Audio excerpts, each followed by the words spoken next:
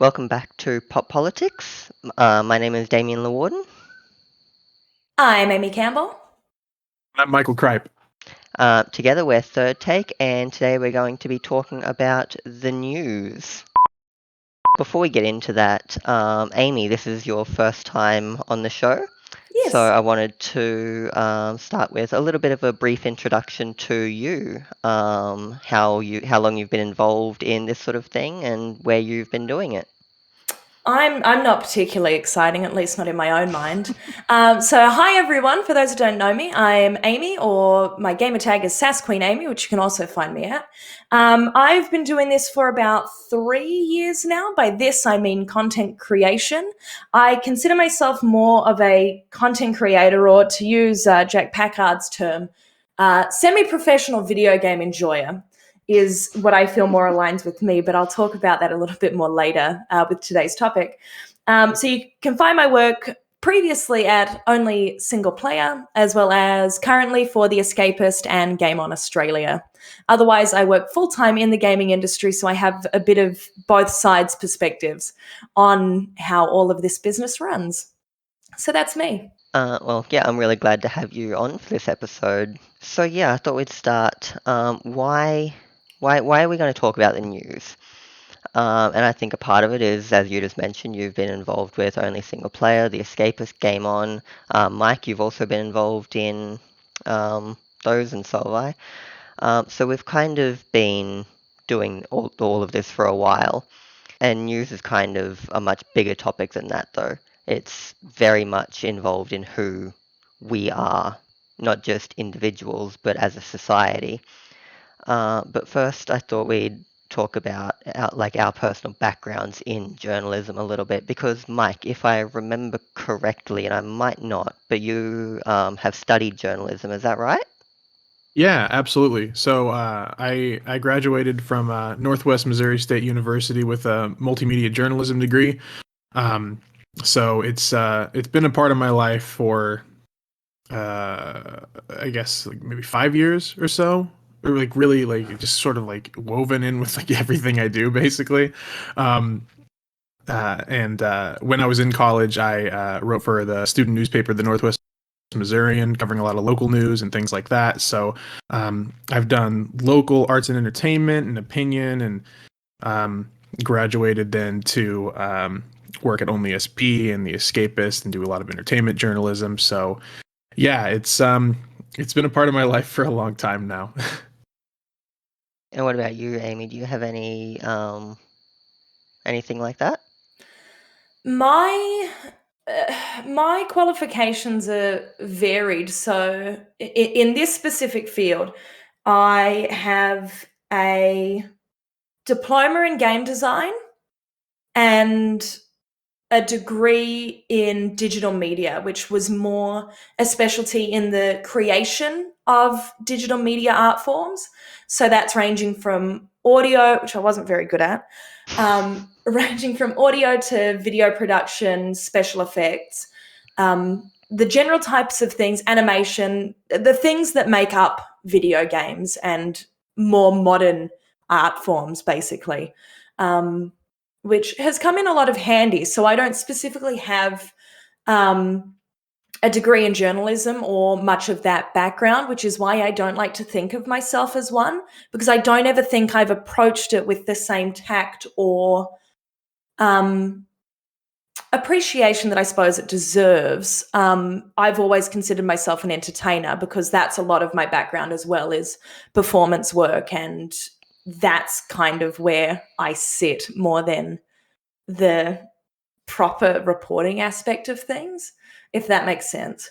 Yes, so for me, I did double major, Bachelor of Arts, double majoring in English and media and writing. So my journalistic background sort of comes from that, because the media side sort of did deal a lot with journalism and PR. So that's sort of where my background comes from. So, and with this, we are still technically entertainment. I don't know if you'd say we're journalists doing this, probably not. I don't really consider myself a journalist with what I do here, or with Escapist even. I see myself more as a commentator. I don't know if you guys feel, well, I mean, Amy, you sort of said you feel similarly. How about you, Mike?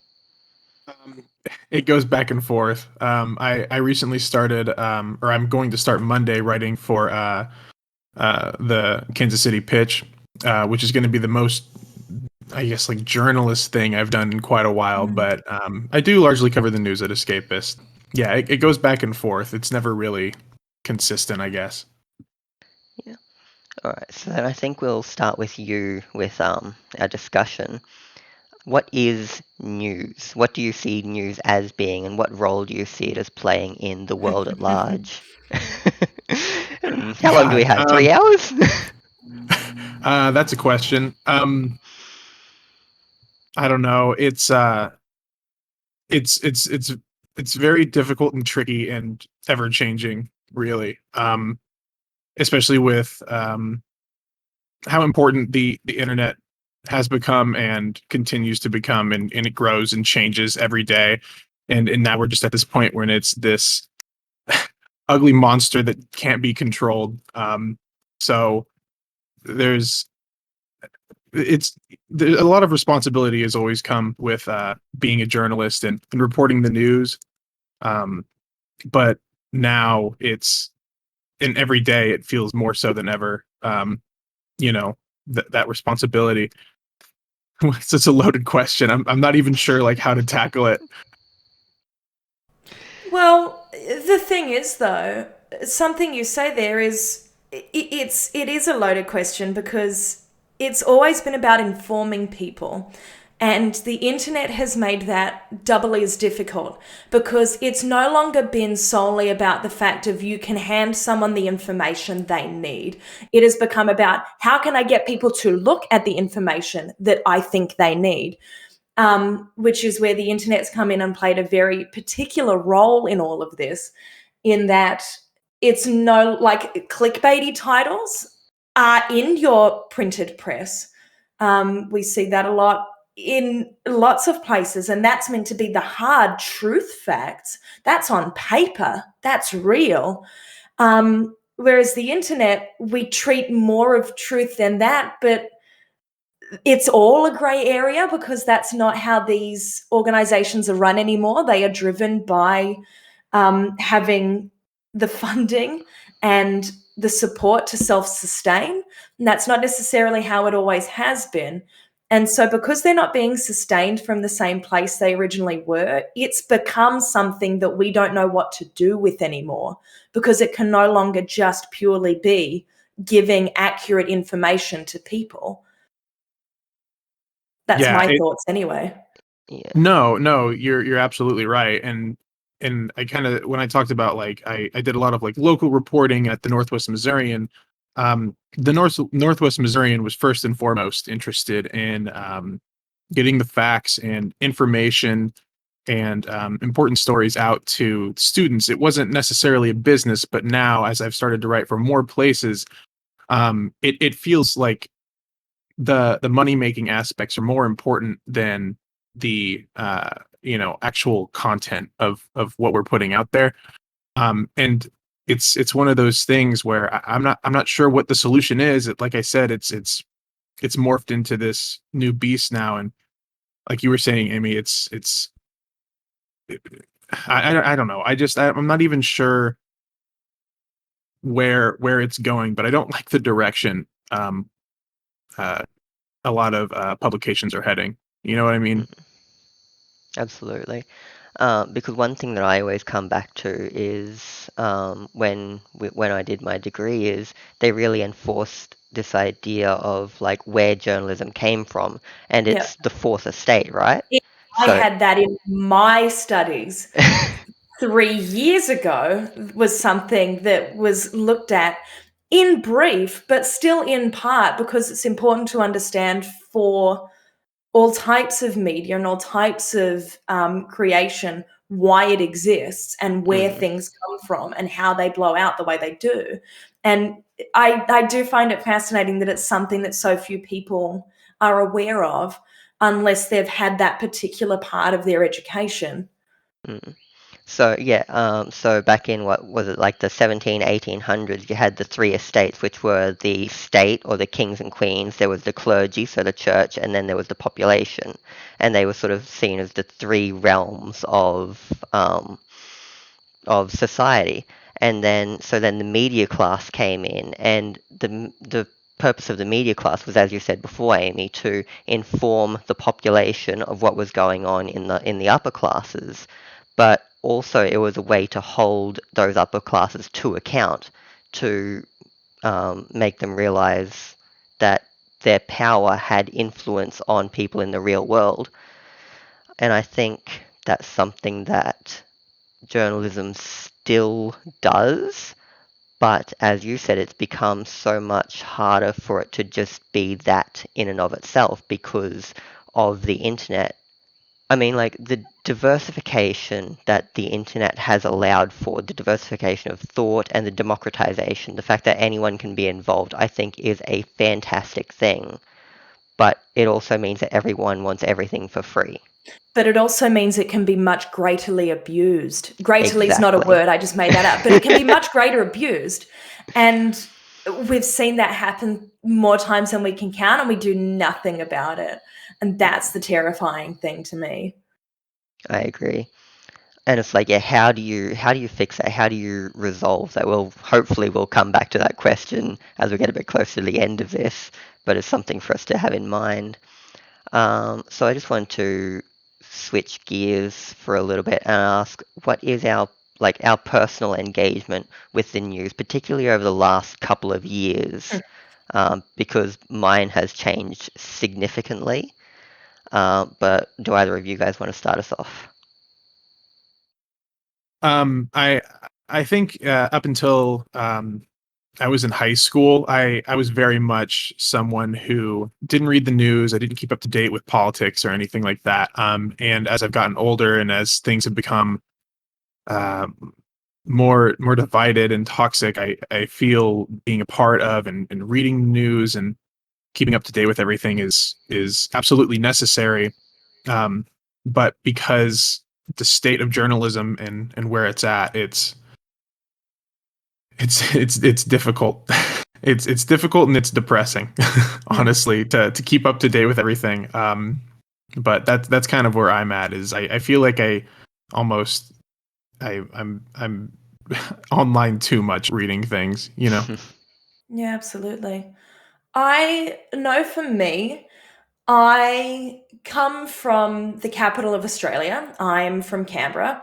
It's a smaller city where, like, I want to say the statistics, something like 60% of the population work in the public service, so do government jobs. If it wasn't someone in your family, it was your friend's family. Um, and I think because of that, I always just was slightly more attuned. Like as a child, I would watch the news in the morning while I was eating breakfast, whether that was just the fluffy stories they were showing at that particular point in time or whatever the case may be.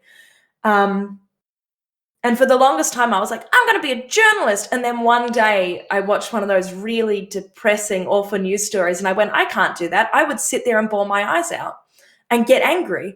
And I couldn't do that. I don't want to be a part of making people sad in this world. I want to be a part of bringing joy. And that's always been really important to me and how I create, because I know how I feel about those things. I am really empathetic. And as I think one of the things for me as well with engaging with the news lately is we've been made to feel how like the globe's problems are ours, which they are. I'm not dismissing that for 1 second. There are a lot of very real issues we should be dealing with as a global conglomerate right now. But we've forgotten the power of the local and how important the communities sitting next to us and around us are.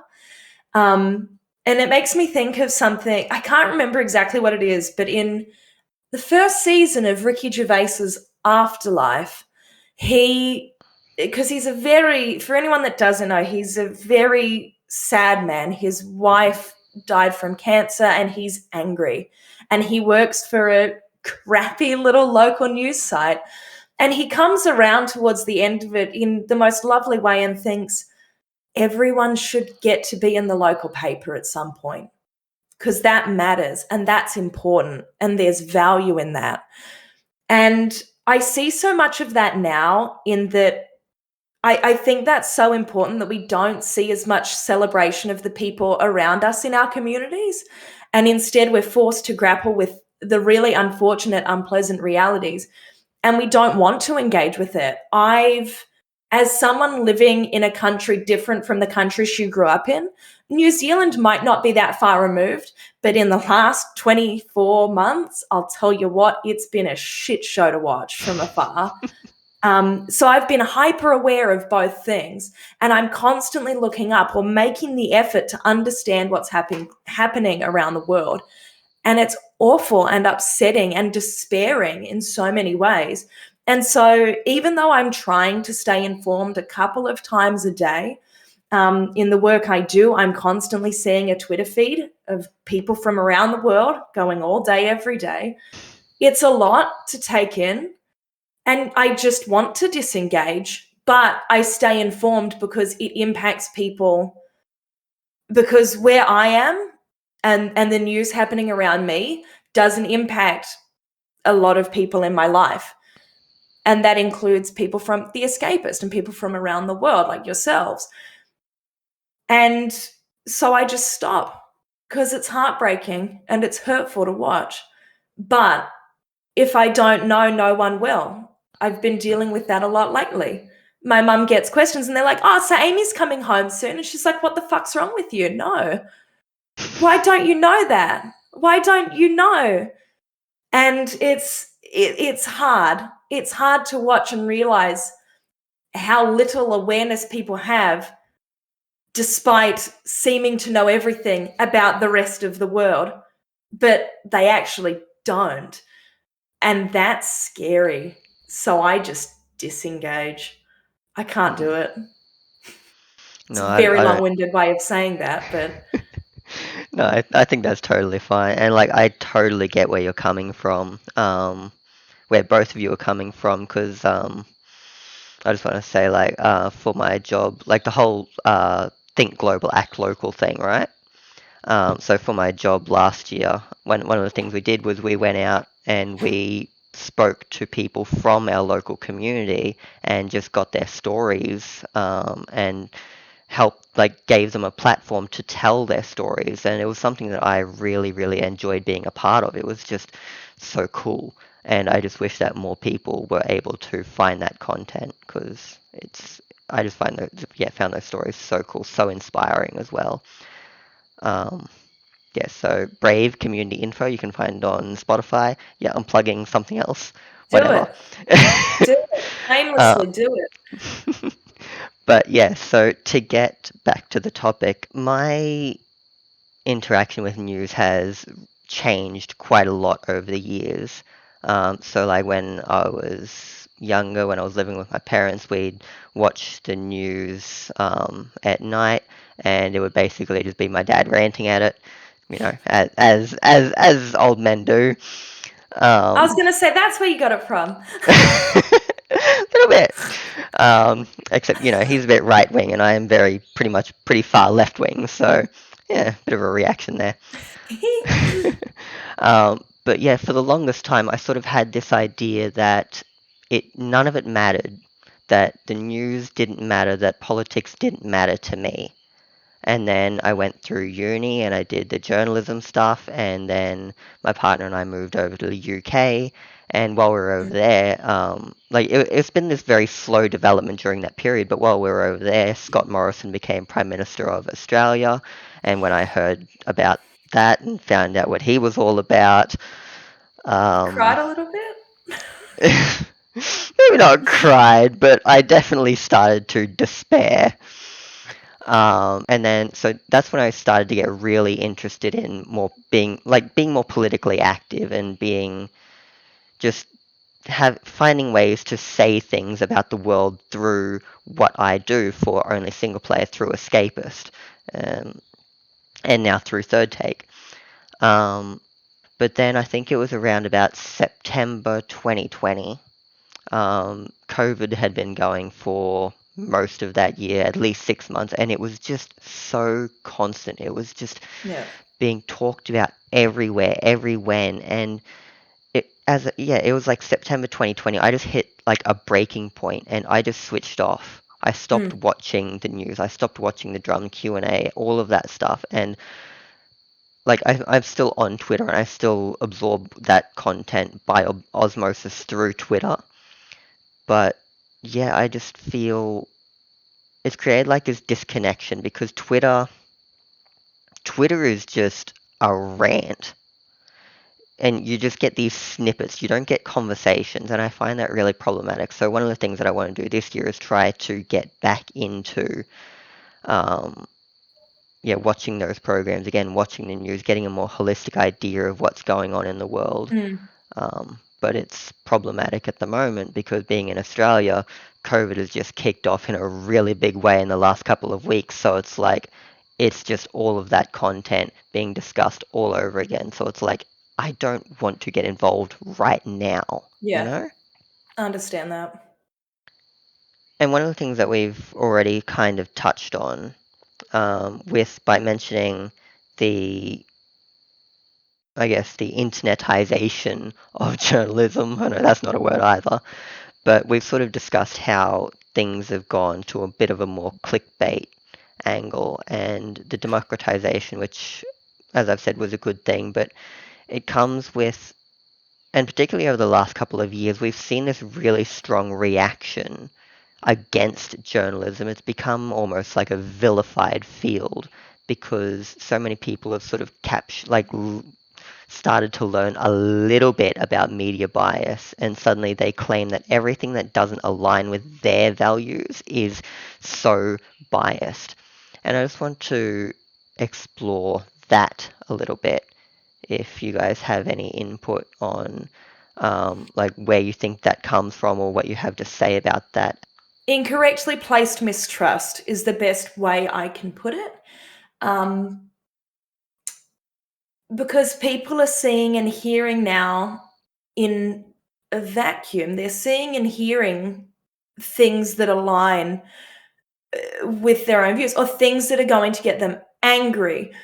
And my thing is, I think we've always been, as a species, searching for a fight. I think history would tell us that we now sit in offices and live quite safe lives for the most part. And so we're looking for a fight. We're looking for a fight and we take it to the internet. Many people would disagree with me, but I do think that we lean more towards that. And the internet is just this like new way of us finding it. Because we like feeling like we belong. But when we belong, every story we've ever seen says if you belong somewhere, there's somewhere that doesn't, and you're going to be up against them. It's just something that keeps repeating, and we keep seeing it. And so I think it's just we want to have adversaries because we want to feel right. We want to feel important because overall we know that we're not. And I think it's because so many of us have seen how little power we actually do have. And so we're just looking to pick fights to find our own little slither of power. And that's quite a cynical take. I'm not cynical by any means. But I think we like to fight. I think we like to do that. If we didn't, we would have stopped doing it by now. But we do. We keep doing it. I think part of part of what leads to mistrust and this negative association with the media, and I talk about this all the time with my friends and things, and it's something we talked a lot about when I was in school, is just that there's this lack of media literacy all over, really. We get this tool, the internet, and no one really knows how it works. We still don't really know how it works. We don't have a very firm grasp of it. And it's just this thing that happens all of a sudden, and then everybody everywhere nearly has access to it, and they can post anything they want. And that the responsibility that comes with a tool like that, and learning how it works, and like understanding messages and how we communicate on the internet. I'm not sure if I understand it, and I'm on the internet every day. I'm on the internet for my job, and I'm not sure if I have a full handle on how this all works. So I look at someone like people like my parents, for example, who grew up without the internet for most of their lives, and then on the opposite end of the spectrum, there are kids today who are just handed the internet from the first days, the first years of their lives. And I think it's basically just this big pool where everybody gets thrown in and no one knows how to act or how to communicate on it, but we do anyway. So I think a lot of it just comes from people who aren't just don't. I don't know any other way to boil it down, but people who don't know how to act and aren't familiar with media literacy and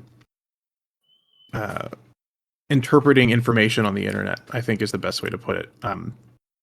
It's just very messy right now, and I don't know what the solution is. I guess teaching media literacy from an early age is an important thing we can start doing, but I don't know. It's all just very sad right now, and I don't know how Yeah. it gets better. I think one of the things you just touched on with media literacy is, I mean, yeah, it's a great idea to teach it from a young age, but the problem is it's like we're already like so involved with it. It's like, how do you teach that to people who are, in their 30s, in their 40s, 50s, 60s, who don't have that knowledge already and who think they have that knowledge? Because I think that's a large part of the problem with the internet. It's not the young people who are well, I mean, they're going to have some pretty significant issues, I think, growing up in the internet. But I think the bigger problem is the people who already think they know how to go with it, and we kind of see that they don't, because as you said earlier, Amy, it's this desire just for just shit fights on the internet. I mean, And that's not us, everyone, but no, it's what the algorithms favor. And there's been extensive videos and things made about that are yeah, very readily available to people. The fact that they were designed to be shit slinging like arenas and hmm not actual places of interest. So I've always had a very strange relationship with social media specifically for that reason. But yeah, it's just astounding to watch that so few people do understand that. Lots do. Lots and lots do. But there is still it's like, enough people to make you a bit sad. yeah, I was going to say it's sort of like the loudest voices too that really sort of push that divisiveness. And I don't know if it's intentional or not. I hope not.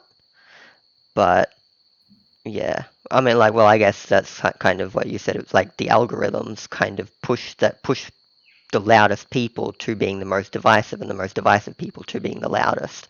Mm. And it's one of those things that I'd like to say, how do we fix that? But I mean, like, none of us are going to have the answer to that, Social unfortunately. media is just. I mean, Amy's absolutely right. It's just designed, maybe unintentionally, maybe intentionally, to be just this cesspool. Honestly, but yeah, I don't. This is a depressing topic. It's like I don't know what to do about it. I personally, I want to spend as little time on Twitter and social media as possible, but I also, injecting positivity on there is also important to me. But Yeah. it often feels like a drop in the bucket, too. One last thing on that is it might feel like a drop in the bucket, but I don't know what part of my background this comes from, but something was said to me recently that I do really agree with, in that I was having a discussion with someone and we were talking about the fact that like it is really crappy and it all really sucks. But it may feel like a drop in the bucket, But at the end of the day, that can help bring other people up with you. It might be one person, but that matters. It matters every single day. You make someone smile or forget for even just a few seconds. That matters, because that brings other people up with you too. And in that, it allows us all to find a bit more peace.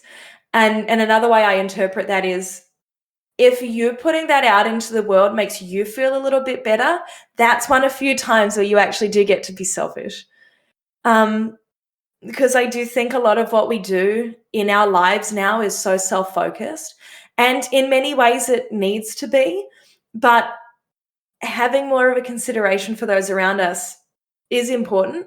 But if you taking an extra 2 minutes to go, you know what, I'm going to say something really nice today, and for no one other than the fact that it's going to make me feel good, that's okay. Because in that, we allow other people to find more joy, and that's important. And I think that comes from my group fitness background, is that it's a moment where you tell people, like, they don't have their phones out and they're just working out and they're laughing and running around clapping and they're in so much pain, but for a few moments there is joy there, and that matters so much. I think it's the whole energy is contagious idea. Like, if you bring a negative energy to a situation, it's like that's going to bring everyone down. But if you bring a positive energy to a situation, it's going to push everyone up. And it's just, I think, like, as you said, it's about sharing that and making sure that, sharing the positive energy. On that, sorry, I have another thing I want to say. It's only just occurred to me now, but I think of when, in real life, when people give us feedback, and this is something that's spoken about a lot, particularly in fitness and all sorts of things. When people are aggressive or rude to you with their feedback, you go, oh, asshole, and you forget about it and you don't really implement it. Or if you do want to implement it, you think about the nice way they could have said it. And I think the problem is, when we're in our online spaces discussing media, it's dunking it. It's us sharing something and saying, this is crap and you're bad for thinking that. Instead of us going, I don't really appreciate, like, instead of us looking at it in a way that could have some meaningful response, it's, you're stupid and I think that was bad. And there's nothing meaningful that can be gleaned from that for the writer or for the editor that chose the headline.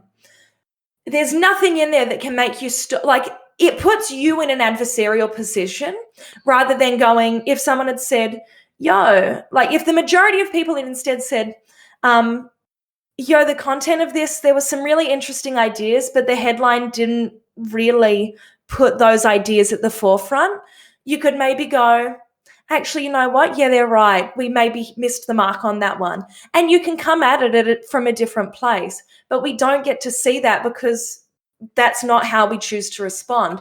But you would never, ever do that to someone in real life. If you did, it would be looked at as really weird. But it's the norm in online spaces. And I think that's something really interesting in terms of how we give and take feedback online, is we think that the way to do it is by getting like, that was bad. You bad person. But that wouldn't work in real life. So why would it work online too? Like, why would the other person not just put up a barrier and go, defend? Yeah, I think a part of it is like the anonymity you find on the internet. It sort of pushes you to, because I know that, like, when I get even like really rough feedback from people in the real world who I trust and respect, Yep. it's like, it doesn't matter if they tell me in in totally certain terms that, your work's shit, you can do better. It's like, that is something that I take on, and something that, like, I respect the fact that they respect me enough to tell me that, my work is shit. But there's a relationship there that establishes that you can say it like that. When it's someone you don't know, but you've had enough of a reaction that you personally want to make that known, making it known in an angry way to a stranger. Like, if you walk past someone on the street and said, "Oi, I think you're an asshat," like, what would you do? And it's the exact same thing, but we never think about it in the real life, like the real life equivalent. We never think of what that would look like in real life. And it's no different. Oi, your book sucks. You're just some random on the, what? Okay, whatever. You would think nothing of it, or you'd yell back, you too, fuckhead. Yeah. Sorry, you'll have to beat me. No, I don't But do that. it's true. It's true. How would you deal with it in real life if there wasn't already an established relationship that could say, mate, that was not okay? And I've had those conversations with people. I was like, mate, no, not on. But it's already established there that you can say it like that. But we don't have that same tact online. That same relationship, that same really deep engagement with people most of the time, I think. But something you said there actually reminded me of, sorry, I feel like we're cutting Mike out of this conversation a bit, but... Oh, you're fine, go ahead. But something you said just then reminded me of a show I watched quite recently, Total Control. I don't know if you've heard of it. I've seen, is it the one with the fabulous Australian actors in it? And I think I've seen, and it's about like local politics. Yeah, so I've seen snippets of it, and I'm like, that looks really good, and I really want to watch it, but it's a matter of me finding it, because finding Australian stuff in New Zealand can be weirdly difficult. Yeah. And it's ABC, so like they're really tight with their licensing weirdly. I can find it. Do it. It's well worth a watch. But yeah, Deb Malman, Rachel Griffiths. Yes, that's nice. Deb Malman is a senator, gets plucked out of Winton, pulled into Canberra to be a senator. But I probably don't want to spoil it, but at one point she's getting really, really awful comments from people online. Well, the one clip I've seen, and this is where I thought it was fabulous, was where she's walking along she's talking to someone at like a stand or something. Like ABC shared this clip, and one of those sponsored, like, suggested for you on Facebook. I'm like, damn it, you got me there. The irony of that. She just rips into him. She's like, well, what do you want me to do about it? I'm standing here listening. Tell me your problems. And he's like, and she's like, no, when was the last time you actually wrote a letter to make change happen? Instead, you just get angry at me. So what do you want me to do about it? And it's just this moment of, well, I'd never thought that far. And that was when I was like, I want to watch whatever this show's about, because I was like, yes, that is brilliant, because it's so true. That's from the start of the second season. Yeah, so that's kind of her attitude. And even when she does start getting like these really abusive, really horrible messages, and it's the kind of messages that, you know, we all hear about political figures, like especially women in politics and women even in the gaming industry. We just hear about it constantly. And yeah, well, I won't spoil it. Consider if you want to watch it, but definitely do watch it. And yeah, so what you said then just reminded me of that.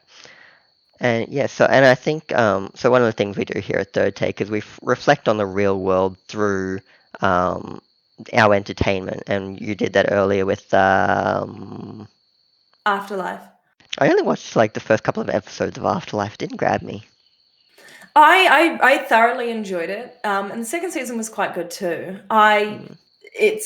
It's a rough thing to watch though. Like, it's not a happy show. No. You don't leave that feeling good about the world. But there are some very nice moments within it that are just really, really well done. And the third one's just about to come out, or? I think so. Yeah. It's showing up on my Netflix recommendations if it was. Yeah. So, Mike, have you seen, because I know you said you haven't, Amy, but Mike, have you seen Don't Look Up? Oh, no, I haven't seen Don't Look Up. I've seen I've seen trailers and interviews and things about it, but I've not seen it myself. I'm vaguely familiar with what it's about. I have the text review my mother sent me, but that's as much as I've got. Yeah, I just think it's like a really interesting reflection on politics and journalism in our present day. It's pretty cutting. But instead, let's talk about Spider-Man. Let's talk about J. Jonah Jameson, how he's represented in Spider-Man, because I think it's quite interesting. Before we get into the actual deep part of that conversation, let me lighten the mood. I was deeply disappointed. I'm assuming everyone here has seen it. Yeah. Yes. I was deeply disappointed he didn't just get to run into like 3 versions of himself. I was like, come I on, agree, that it's would've been great. always been that actor. I'm like, please, just why couldn't he have just been like, huh? Like, why couldn't it have just been him looking at himself like, what a handsome devil? And I was deeply disappointed that we didn't get that moment in the film, but it's fine. I'm over it. I didn't even consider that. That would have been really funny to have him with would have like been one of his hilarious. with like one of his different haircuts, and then they'd probably all hate each other. Honestly, they'd probably get mad at each other, but also love each other. Yeah, that would have been really fun. I think it would have been fun, but that's just Retroactively me. disappointed. No, I agree, that would have been great. So yeah, in the new one, in No Way Home, and he's really portrayed as this really sort of tabloidy journalist, very sort of like one note, sort of chasing Spider-Man and nothing else. And I think that really contrasts with his representation in the Tobey Maguire Spider-Man movies. It's like he was still kind of like that, but he was also the editor of a newspaper, who had other things going on. And I just wanted to sort of explore like those different interpretations, like how you guys read them, or if you've thought about it at all. I've not thought about the comparisons between the two, though. I think they are very different. Like, I guess Mm. the like Tobey Maguire, Sam Raimi iteration of J. Jonah Jameson versus this the Tom Holland Marvel Cinematic Universe J. Jonah Jameson. I've not compared them too much in my head. My big takeaway from how J. Jonah Jameson was portrayed in this movie specifically, um, and this is something my friends came away and said the same thing. And I think a lot of people have drawn this comparison online as well. Is he seems very much to be a very like Alex Jones type figure. Um, the worst case scenario of something like Alex Jones is the idea that Alex Jones is being played in Times Square, like on huge monitors, and everyone's listening to him. So the idea, as funny and as it was to see J. Jonah Jameson like back in this movie, and um, it honestly was kind of terrifying. That idea that everybody is just listening to something someone is saying, though I know it happens a lot, and it's very dangerous. I don't know. Did you guys feel like it was like specifically Alex Jones, or did you have someone else in mind? Because that was the most appropriate comparison for me, at least. Well, I don't really know who Alex Jones is. That's So, probably a good thing. That's a very good thing. but yeah, I guess like if you're talking about like specific commentators, yeah, I think the person who really comes to mind is people like Andrew Bolton, Alan Jones, just sort of personalities who their entire shtick is just creating, I don't know, like divisiveness, like on like a major platform. And I think like if we're talking about specific personalities that we see when we look at this interpretation of J. Jonah Jameson, it's like that's kind of where I see it. Funnily, I don't have much experience or knowledge of shock jocks, as they're kind of colloquially known. I don't know much about them, and maybe that's a good thing, maybe that's a bad Definitely. thing. Like, I know so little that it's like I could completely understand that that's where the portrayal was coming from in this. Like, I do remember swearing and getting quite angry, particularly at the end of the film before, which sets up that moment of him going, well, this is Spider-Man. And I was like, how dare you? Like, it was this really, I was really angry about it because I was like, what right did you have to ruin a teenager's life? What right did you have? Like, there was probably some discussion that needed to be had there, but that wasn't an adult you were choosing to do that to. That was a child. that has been trying to do the best they could in the circumstance they'd been put in. And you just wanted, and then when the friends got impacted by it as well, I was like, that is not okay. That is not okay. And so much of that is then mirrored when he saves the thing. And she's like, oh, like, you're actually good. And it's like, why did all of a sudden you all believe that when you were like, but Avengers are great? I'm like, they're not. I hate the Avengers. They annoy me. Stop They it. just break shit. Yeah. I'm like, when have they actually done something good? They're not that great. But yeah, to me, it was really frustrating to watch because you see how accurate that is to real life, or at least current life, in how that could happen. But I think the thing that just made me so angry is because it was someone who was still very young and needed support in those moments and was instead put on a stage and vilified. And that made me really sad. Yeah, it sort of reflects a total abrogation of the responsibilities of media ethics. It's like, yeah, someone needed to vet that whole process, but it's just some yuppie just going off and doing whatever the hell he wants, and it's like, that's problematic. And like, I feel like it is so reflective of real world journalism in a lot of ways. That's kind of disturbing. Do you guys have any other like TV shows, movies that you can think of that you want to bring up at this point? I think, and Mike, I'll be interested to hear if you have the same experience, because like we said at the start, it's so despairing when having to deal with so much of it. So I know I tend to gravitate more towards the more poppy or pleasant or things I know lately. Like what my partner and I used to do is we used to swap between watching like a drama, then a comedy, a drama, then a comedy. We just watch comedy now. We just go for the happy, and that's great. And that's fun. And I enjoy that. And I'm curious if you have the same experience in that, because everything else, because there feels like this need to be so attuned to everything else. If when you do consume something, you don't want something that's going to be a commentary on that.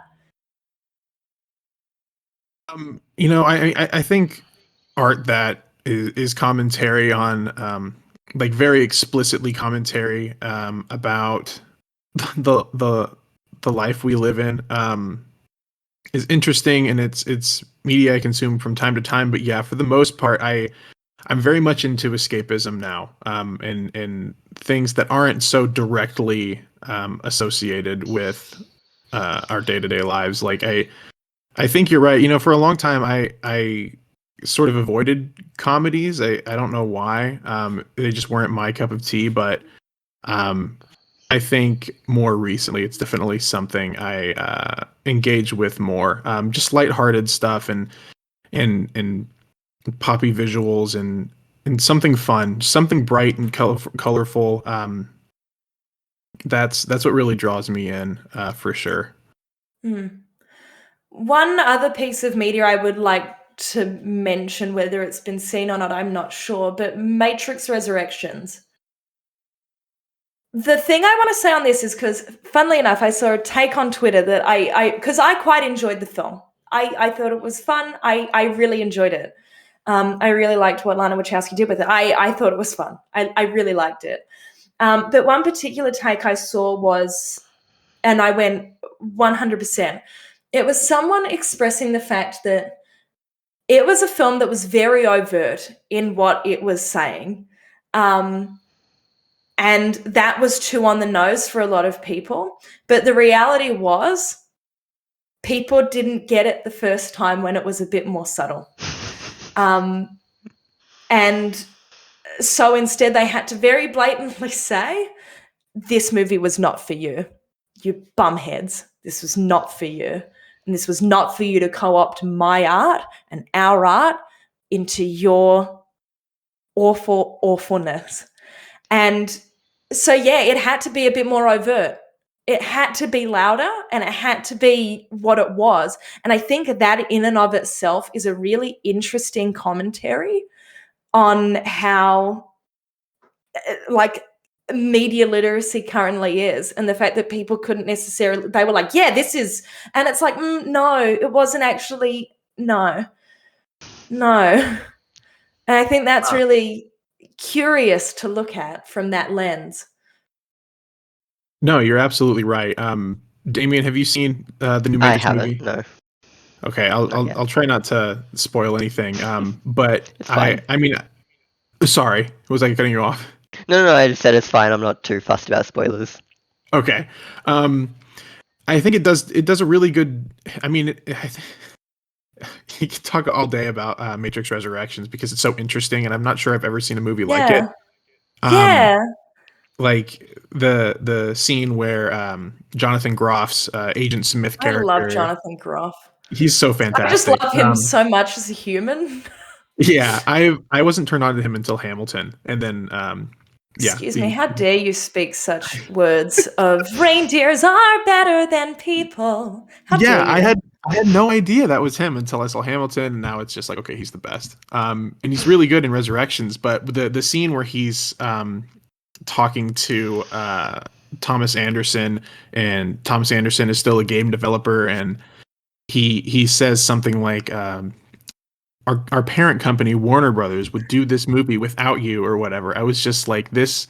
Because they were going to do the exact same thing. They were actually going to do that. And then Wachowski was like, yeah, nah.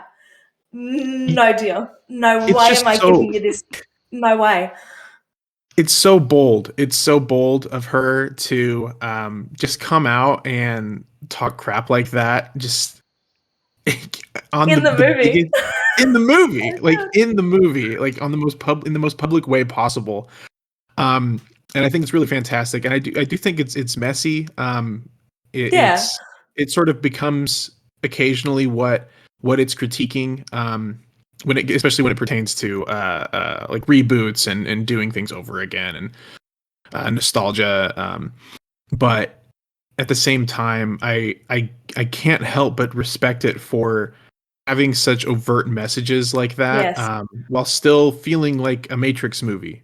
It's still very much like in universe. It builds on the lore, and it's the same characters, and they still act the same way. And for anyone that doesn't know, do you know about Chad? Do you know? This is about to make it like, a billion times better. I saw this because Mike Bithell tweeted and he was like, no spoilers. I don't tweet spoilers on this bird app. But if in a particular movie that came out recently, you don't know about Chad, look up Chad. So that is, I think his name is Chad Strelinsky, who is the director of John Wick. Oh, Stahelski. I think I know what you're and he was the stunt double for Keanu Reeves in The Matrix. So it's the fact that no matter what, Trinity was with Neo, and I love that. I'm like, yes, Chad, get it. I was like, Chad's great now. Love Chad. So anyway, I just thought that was really enjoyable for anyone that didn't know that reference, because I didn't until I saw that tweet, and I was like, that just made it so much cooler to me. I liked it. Yeah, I mean, there's a lot of like not so subtle messaging, very in your face messaging, but there's also a lot of subtle stuff like that. And so I feel like it's a movie you could watch a dozen times and still not get everything. I want to watch it again. I've only seen it once, but I loved it. I'll get around to watching it eventually.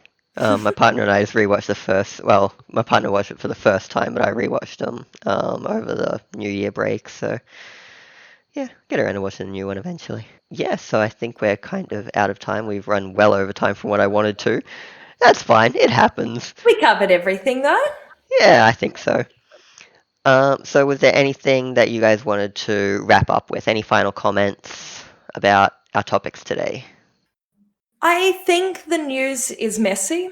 I think our lives are messy, and the internet makes that more so. But there is good that can come of it, and I think we will see that one day. I am not so pessimistic that I don't think that is possible. It's just going to take time. And I don't think there's any hard and fast answer, because anytime we think there's a hard and fast answer, it doesn't work. So I think with time, there will be different problems that emerge that will make this look so minor. Even though it is an incredibly big deal, it's terrifying.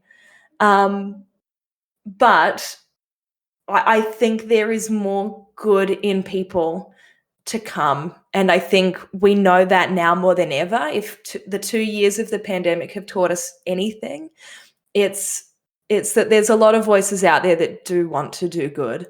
And hopefully with that, it will raise more of us up to do the same. And I think that will have the biggest impact more than anything.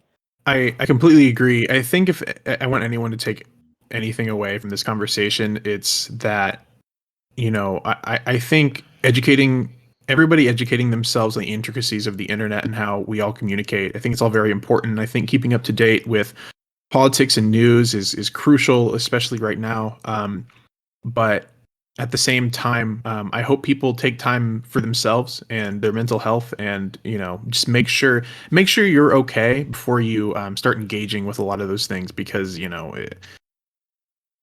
it, as much as I want people to be politically active and involved and aware of how publications work and everything, it's equally as important to make sure you're happy and healthy, and not letting these things get you down, because I know I let that happen a lot, and it's hard on me. So it's important to plug in, but it's also important to unplug. I'm also excited to watch Don't Look Up. I need to watch that movie. Do it. Yeah, I guess for me the last thing is just be kind. Be kind to yourself, be kind to other people, especially online, because it's so easy online to not be kind, to just see the anger and just become a part of it. But as Amy said earlier, that doesn't help anyone.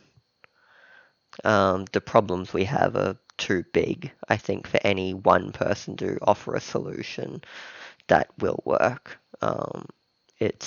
We need to work together, I think, I don't think we can necessarily fix things, but to find a way to navigate them, we need to do it together, I think.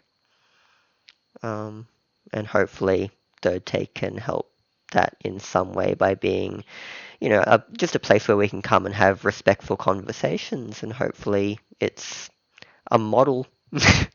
Maybe that's just hopeful, wishful thinking. Yeah, so that's it. Anything that you guys want to plug before we sign out? Yeah, I mean, go ahead and check out my work over at the Escapist. If you're a Kansas City local, you can catch me over at the Pitch here soon. I also do another podcast with a few of my friends called Joe Miro. It's a very fun time. It's very lighthearted a lot of the time, but we do have serious conversations from time to time. So, yeah, I think definitely check those things out for me. I stream a lot over on Twitch, which is just twitch.tv/SassQueenAmy. It's a lot of fun. We're a good community. Lots of laughs, lots of good discussions, and it's just a really great time because I'm a bit of a dork. And that shines through. Also, if you aren't watching it, the Dungeons and Dragons series I am a part of, Adventure is Nigh, over on The Escapist, is a lot of fun and one of my greatest privileges and joys on this earth. And playing Dabrella is just the best thing ever. So if you don't watch it, please do check it out, because it means the absolute world to me. Yeah, and that's about it from me, really. And for me, work on Escapist. And if you're looking for some life inspiration, search Brave Community Info on Spotify, Apple Podcasts, blah, blah, blah, all those platforms. And hopefully you'll be able to find something interesting in there. So thank you again for coming in and listening to us talk shit.